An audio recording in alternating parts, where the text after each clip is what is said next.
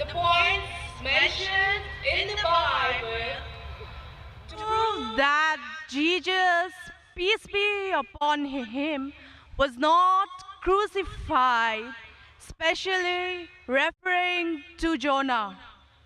Thank you.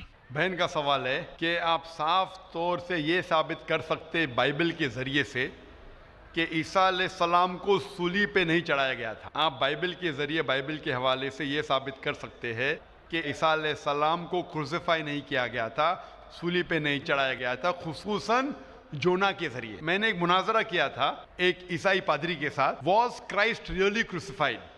क्या ईसा अलैहिस्सलाम को हकीकत में सूली पे चढ़ाया गया था कि नहीं, कि वो सूली पे मरे थे क्या नहीं। और ये लफ्ज जो क्रूसीफाई है, क्रूसीफिक्शन, FIXION के बानी है कि इंसान को जब सूली पे चढ़ाया जाता है और इंसान मर जाता है, उसे कहते हैं क्रूसीफिक्शन, CRUCIFIXION। एक दूसरा लफ्ज है, अगर इंसान को सूली पे चढ़ाया जाता है और वो नहीं मरता है, उसके लिए कोई लफ्ज नहीं है।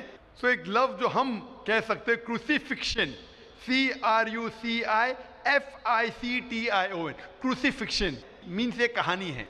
तो बहन का सवाल है, क्या बाइबल के जरिए ये साबित कर सकते कि ईसा अलैहिस्सलाम को सूली पे चढ़ाया नहीं गया था और वो सूली पे नहीं मरे, खुसूसन यूनुस अलैहिस्सलाम के हवाले से? कई बाइबल में वर्सेस है जिससे ये साबित किया जा सकता है कि ईसा अलैहिस्सलाम को सूली पे नहीं चढ़ाया गया था। कुरान मजीद में अल्लाह ताला फरमाते हैं सूरह निसा में, सूरह नंबर 4 आयत नंबर 157 में, वो लोग कहते हैं कि हमने ईसा अलैहिस्सलाम को मारा, वमा कतलू वमा सलबुहु, ना ही उनने उनका कत्ल किया, ना ही उनको उन्हें सूली पे चढ़ाया। वमा कतलू वमा सलबुहु वलाकिन शुब्बिहा लहुम, ये सिर्फ एक दिखावा था, उनको ऐसा एहसास हुआ।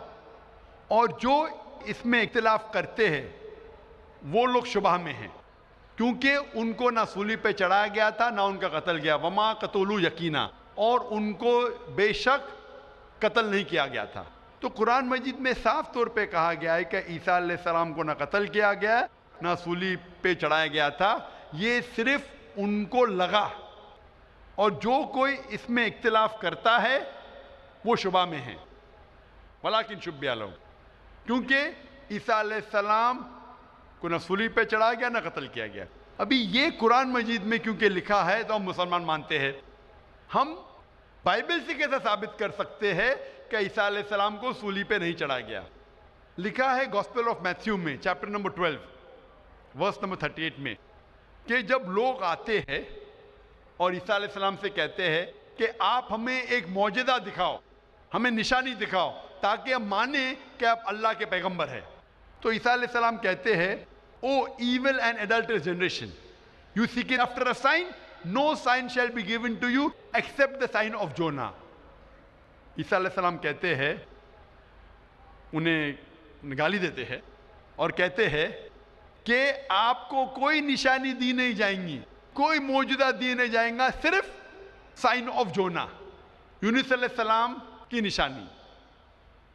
No sign shall be given to you except the sign of Jonah. For as Jonah was 3 days and 3 nights in the belly of the fish, so shall the Son of Man be 3 days and 3 nights in the heart of the earth. ये है हवाला gospel of Matthew का chapter number 12 verse number 38 से लेके 42 तक। ईसा अलैहिस्सलाम कहते कि तुम्हें कोई निशानी नहीं दी जाएंगी, सिर्फ निशानी यूनुस अलैहिस्सलाम की। जिस तरीके से यूनुस अलैहिस्सलाम 3 दिन और 3 रात मछली के पेट में थे, उसी तरीके से मैं धरती के पेट में 3 दिन और 3 रात रहूंगा। अभी हमें जानने के लिए कि साइन ऑफ जोना क्या है, यूनुस अलैहिस्सलाम की निशानी क्या है, हमें जानना पड़ेगा द बुक ऑफ जोना। एक बाइबल में किताब है जिसका नाम है जोना, यूनुस अलैहिस्सलाम। ये किताब सिर्फ 2 पेज की है, ये बहुत छोटी किताब है बाइबल में। इस किताब की शुरुआत में लिखा है कि अल्लाह सुब्हाना व तआला ने अपने पैगंबर यूनुस अलैहिस्सलाम को कहा था कि अपना पैगाम पहुंचाओ, आप जाके पैगाम पहुंचाओ निनवा के लोग की तरफ। यूनुस अलैहिस्सलाम बाइबल के मुताबिक कहते हैं वो डरते हैं कि ये लोग क्या पैगाम समझ पाएंगे, इसीलिए निनवा जाने के बदले वो एक कश्ती में सवार होते जोपा की तरफ, और उस वक्त एक सुपरस्टिशन था। सुपरस्टिशन मतलब अंधविश्वास था कि अगर कोई अपने मालिक का कहना नहीं मानता और मालिक की नाफरमानी करता है तो एक स्टॉर्म आ जाता है सी में, दरिया में एक स्टॉर्म आता है। तो स्टॉर्म आने की वजह से लोग कहते हैं कि हम में से किसी एक ने अपने मालिक की बात नहीं मानी। ये सब लिखा है बाइबल में, बुक ऑफ जोना में। यूनुस अलैहिस्सलाम क्योंकि अल्लाह सुब्हानहू तआला के पैगंबर थे, बाइबल में लिखा है कि उन्होंने बात मान ली और कहा कि मैं अपनी मालिक का कहना नहीं मान रहा हूं और निनेवा के बदले जोपा जा रहा हूं, तो मेरी वजह से ये स्टॉर्म आया। स्टॉर्म को क्या कहेंगे दरिया में? स्टॉर्म, तूफान। तूफान, ये तूफान दरिया में क्यों आ रहा है? कि तूफान यूनुस सलाम कहते कि मेरी वजह से आ रहा है, क्योंकि मैं मेरे मालिक की बात नहीं मान रहा हूं। और उस वक्त ये अंधविश्वास था, सुपरस्टिशन था कि जो मालिक की बात नहीं मानेगा उसको दरिया में फेंकेंगे तो तूफान खत्म हो जाएगा। तो यूनुस अलैहिस्सलाम कहते कि मेरी गलती है, मुझे फेंको। तो क्या करते लोग? यूनुस अलैहिस्सलाम को पकड़ के दरिया में फेंकते हैं। तो मुझे ये पूछना है कि यूनुस अलैहिस्सलाम को जब दरिया में फेंकते हैं, बाइबल में लिखा है, तो यूनुस अलैहिस्सलाम जिंदा थे या मुर्दा थे? Sister, when Jonah was thrown into the water, I want to ask you the question, was Jonah dead or alive? He was alive. He was alive, जिंदा थे। माशाल्लाह, सही फरमा रही है। तूफान इतना जोर का आ रहा था, तूफान में अगर एक जिंदा इंसान को डालते हैं, वो तूफान में दरिया में इंसान मरना चाहिए, लेकिन यूनुस अलैहिस्सलाम मरे या जिंदा थे? He ought to die in the storm. Was he dead or was he alive? He was still alive. माशाल्लाह, सही जवाब है कि तूफान में मरना चाहिए, लेकिन क्योंकि वो अल्लाह के पैगंबर थे, जिंदा थे। उस वक्त एक मछली आती है और मछली उनको निगल लेती है। A fish comes and gobbles them up. मछली की पेट में यूनुस अलैहिस्सलाम जिंदा थे या मुर्दा थे? In the belly of the fish, was Jonah dead or alive? He was alive. He was alive. वो जिंदा थे। मछली के पेट में 3 दिन मछली यूनुस अलैहिस्सलाम को पेट में लेके, बाइबल के मुताबिक वो घूमती है, सारे समुंदर घूमती है 3 दिन तक। मछली की पेट में सफोकेशन, ना बराबर से इंसान सांस ले सकता है ना जी सकता है। इंसान को मरना चाहिए या जीना चाहिए? मरना चाहिए। लेकिन यूनुस अलैहिस्सलाम जिंदा थे या मर गए? जोना, though he was 3 days, he was there in the belly of the fish. For 3 days the fish took him in the water. He ought to die. Was Jonah yet dead or alive? He was still alive. He was still alive. माशाल्लाह, अभी तक जिंदा थे। बहन सही जवाब दे रही है। 3 दिन के बाद वो मछली यूनुस अलैहिस्सलाम को उल्टी कर देती है, मतलब पेट में से बाहर निकलते यूनुस सलाम, और वो समुंदर के किनारे पे आते हैं। जिंदा या मुर्दा? The fish vomits out Jonah, peace be upon him, and throws him onto the shore.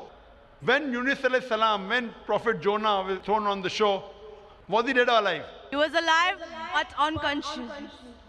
Alive but unconscious. After some time, did he gain consciousness or not?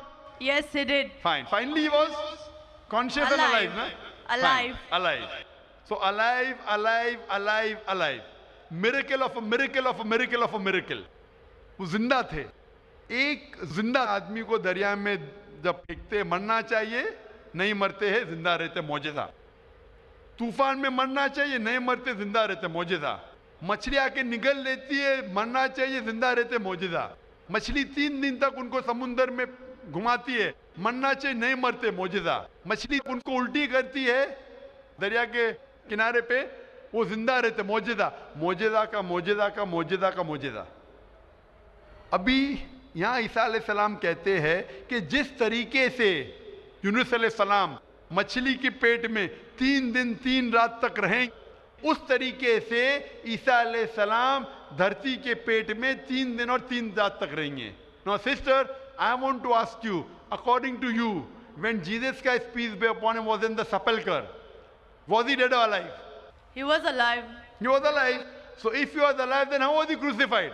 Crucified means someone dying on the cross. बहन कह रही कि ईसा अलैहिस्सलाम जब उनको लेके गए थे कब्र में, वो जिंदा थे। तो क्रूसिफाई होने के लिए, सूली पे मरने के लिए इंसान को मरना चाहिए। तो वो बाइबल के मुताबिक वो सूली पे लगाया गया था, लेकिन मरे नहीं, उन्हें उतारा गया था, वो जिंदा थे। और जब कब्र में लेके गए थे सपल कर, उस टाइम बहुत लंबी चौड़ी कब्र होती थी, बोगदा होता था, बड़ा बोगदा होता था जिसके अंदर इंसान खड़ा भी हो सकता था। 3 दिन और 3 रात तक ईसा अलैहिस्सलाम फरमाते कि जिस तरीके से यूनुस अलैहिस्सलाम 3 दिन और 3 रात मछली के पेट में रहें, उसी तरीके से मैं 3 दिन और 3 रात धरती के पेट में रहूंगा।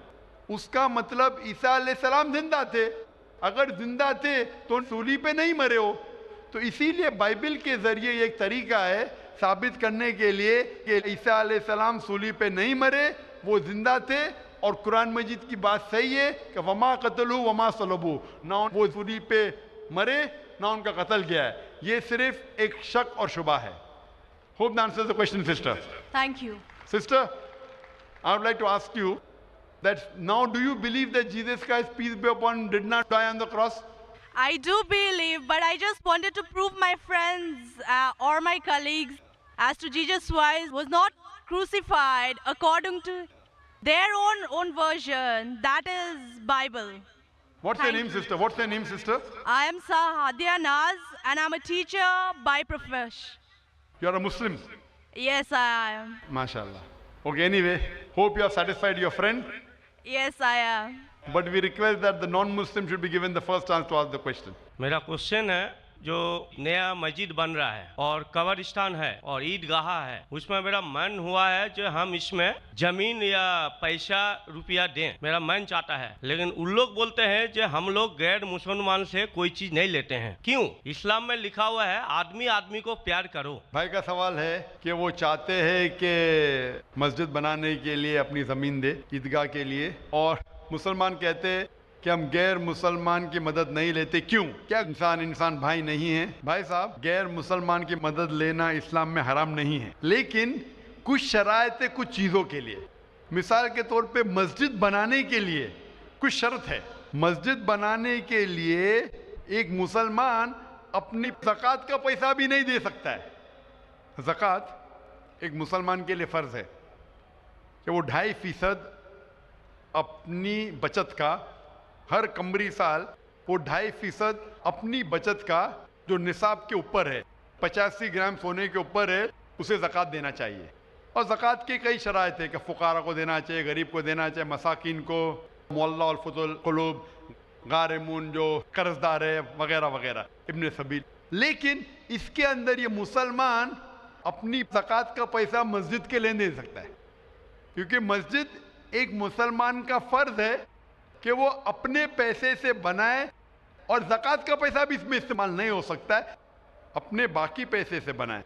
ज़कात का पैसा की कैटेगरी लिखी गई है सूरह तौबा में, सूरा नंबर 9 आयत नंबर 60 में, कि ये 8 कैटेगरी को आप ज़कात का पैसा दे सकते हैं, मस्जिद बनाने के लिए नहीं।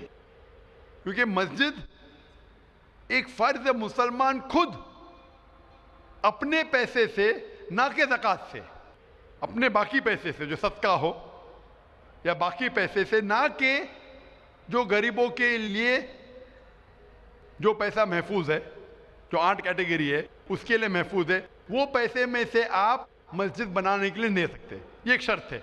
उसी तरीके से शर्त है कुरान मजीद की कि मस्जिद की देखभाल सिर्फ वो लोग करना चाहिए जो इस पे ईमान लाते हैं, जो इस बात में मानते हैं, जो ईमान लाते हैं और जो मानते हैं, और अपने अच्छे अपने पैसे से।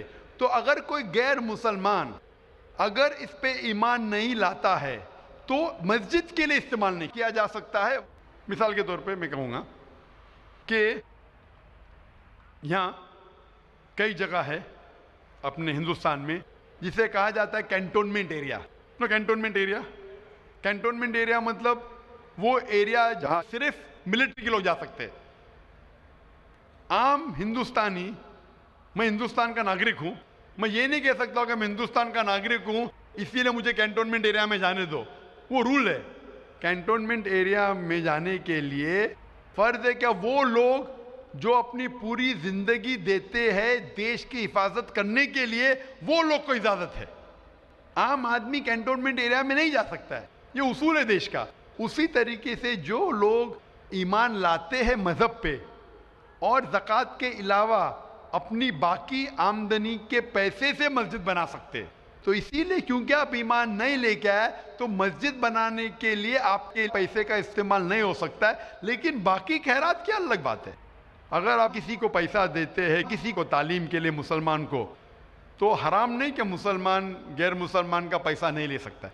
सिर्फ मस्जिद के लिए शर्त है। तो कुछ चीज़ों के लिए शराइत है, बाकी चीज़ों के लिए नहीं। मिसाल के तौर पर आप कहना चाहते हैं कि मैं मेरे पैसों से कोई मुसलमान को पढ़ाना चाहता हूँ, तो कोई मुसलमान आपके पैसे से तालीम हासिल करना उसके लिए हराम नहीं है, सिर्फ मस्जिद के लिए। अगर आप चाहते हैं कि आपका पैसा मस्जिद में इस्तेमाल हो, तो पहले आपको मुसलमान बनना पड़ेगा, आपको ईमान लाना पड़ेगा, फिर ही आप, क्योंकि आप अगर जिस चीज़ में ईमान नहीं लेके आते, आप अगर ईमान नहीं लेके आते कि हमको एक ईश्वर को मानना चाहिए, हमको सलाह पढ़ना चाहिए, तो उसी तरीके से अगर आपको ईमान आ जाएगा कि ये मस्जिद सही इबादत की जगह है और मैं इस पर यकीन करता हूँ, फिर आपका पैसा ले सकते हैं, वरना नहीं। Hope the answer the question. आपका दूसरा सवाल? दूसरा सवाल है ये, हम लोग जो गाय का दूध पीते हैं वो वेज है कि या नॉन वेज है? भाई का सवाल है कि हम गाय का दूध जो पीते हैं वो वेज है कि नॉन वेज है। साइंटिफिकली गाय वेज है कि नॉन वेज है? भाई साहब, हम लोग जानते हैं नॉन वेज है। गाय नॉन वेज है ना? हाँ, तो उसका दूध वेज होगा या नॉन वेज होगा? Non veg. लेकिन हम लोग का धर्म में वो देवी है। हाँ, अभी उसके ऊपर बाकी सवाल आ गया ना। आपका पहला सवाल था कि दूध नॉन वेज है क्या वेज है, तो मैंने पूछा गाय नॉन वेज है क्या वेज, आपने कहा नॉन वेज, तो दूध भी नॉन वेज होगा। तो साइंटिफिकली दूध नॉन वेज है, लेकिन क्योंकि दूध के बिना आपकी जिंदगी नहीं गुजर सकती है, तो दूध को लोग ने वेज कर दिया। आप समझे ना, दूध के बिना जिंदगी गुजरना मुश्किल है, तो दूध को वेजिटेरियन कह दिया। तो मेरे तकरीर में जो मुनाजरा हुआ था मेरा एक जैन के साथ कि गोश्त खाना इंसान के लिए हराम है क्या हलाल है? हम भी जैन है। मालूम है आपका नाम जैन है। तो एक मुनाजरा हुआ था with the president of the Indian Vegetarian Congress, mister Rashmi bhai Zaveri, वो प्रेसिडेंट थे। तो एक मुनाजरा हुआ कि गोश्त खाना इंसानों के लिए हराम है क्या हलाल है। और मुनाजरे में मैंने साबित किया कि गोश्त खाना इंसान के लिए हराम नहीं, अच्छा है, साबित किया। और उसमें यह भी कहा कि दूध नॉनवेज है, लेकिन सारे वेजिटेरियन दूध पीते, क्यों? आप समझ रहे ना? तो दूध साइंटिफिकली इज नॉन वेजिटेरियन।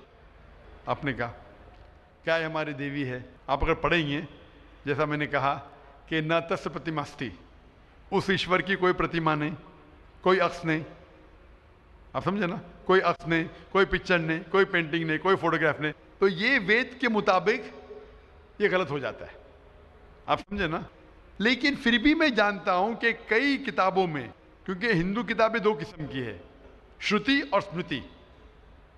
श्रुति वो किताब जो भगवान की तरफ से आए, वेद और उपनिषद। स्मृति वो किताब जो इंसानों ने लिखी है। तो श्रुति होती जो ईश्वर की तरफ से है, और एक होती है स्मृति जो इंसानों ने लिखी है। तो मैं जानता हूं कि कई हिंदू मजहबी किताबों में, खुसूसन स्मृति में, ऐसी चीजें लिखी है जो श्रुति के खिलाफ है। ये आप देखेंगे, गाय आपकी देवी है, वो आप वेद में नहीं पाएंगे, आप नीचे वाली किताब में पाएंगे। तो जब भी कोई ऊंची या नीचे किताब में टकराव हो, तो हमें मानना चाहिए ऊंची किताब। कुरान इस्लाम की सबसे ऊंची किताब है। कुरान से कोई भी किताब टकराई तो हमें कुरान में मानना चाहिए, उस किताब में नहीं। आप समझे ना। तो इसी तरीके से अगर आप वेद में पढ़ेंगे, वेद में लिखा है कि खुदा का कोई अक्स नहीं, तो अगर वो मानेंगे तो हमें मानना पड़ेगा कि खुदा का कोई रूप नहीं। तो ये कहना कि गाय देवी है, ये कई पंडित कहते हैं कि हम जानते हैं कि खुदा एक है, हम जानते हैं ईश्वर एक है, लेकिन हमें कंसंट्रेशन के लिए हमें बहुत बार मूर्ति का सहारा लेना पड़ता है। पंडित लोग से मैं बात करता हूँ कि आपकी किताबों में साफ लिखा है कि भगवान एक है, ना उसका कोई अक्स है, ना कोई मूर्ति है, ना कोई पेंटिंग है, ना कोई पिक्चर है। तो वो कहते हैं हम मानते हैं ये बात पे, लेकिन क्या कॉन्सेंट्रेट करने के लिए पहले शुरुआत में हमें अक्स की ज़रूरत होती है, एक मूर्ति की। जब हम हायर कॉन्शियसनेस पे पहुंच जाते उस वक्त हमें ज़रूरत नहीं पड़ती। तो मैं उनसे कहता हूँ मुसलमान हायर कॉन्शियसनेस पे पहुंच गए, हमें कोई अक्स की ज़रूरत नहीं, हम ईश्वर को डायरेक्ट मानते हैं, डायरेक्ट इबादत करते हैं। तो इसी तरीके से कभी भी टकराव होता है मजहबी किताबों के अंदर तो ऊंची किताब को मानना चाहिए नीची किताब के बनिस्बत। तो ऊंची किताब में लिखा है कि ईश्वर का कोई अक्स नहीं है, आप समझे ना। फिर भी आप देखेंगे लोग अपनी मजहबी किताब को नहीं मानते। तो मेरा यही कहना है लोगों से, चाहे मुसलमान हो, जैसा मैंने कहा कि कुरान को समझ के पढ़ो, मैं कहता हूँ हिंदुओं से कि आप भी वेद को समझ के पढ़ो। मैं कहता हूँ इंडियन गवर्नमेंट से कि संस्कृत कम से कम हिंदुओं के लिए फर्ज करो, तो हिंदू कम से कम संस्कृत पढ़ सकेंगे, अपने मजहब के करीब आएंगे और हिंदू मुस्लिम भी करीब हो जाएंगे। गाइस कैसी लगी आपको हमारी ये वीडियो? अगर वीडियो अच्छी लगी हो तो लाइक करें, कमेंट करें, शेयर करें और सब्सक्राइब करना ना भूलें। शुक्रिया।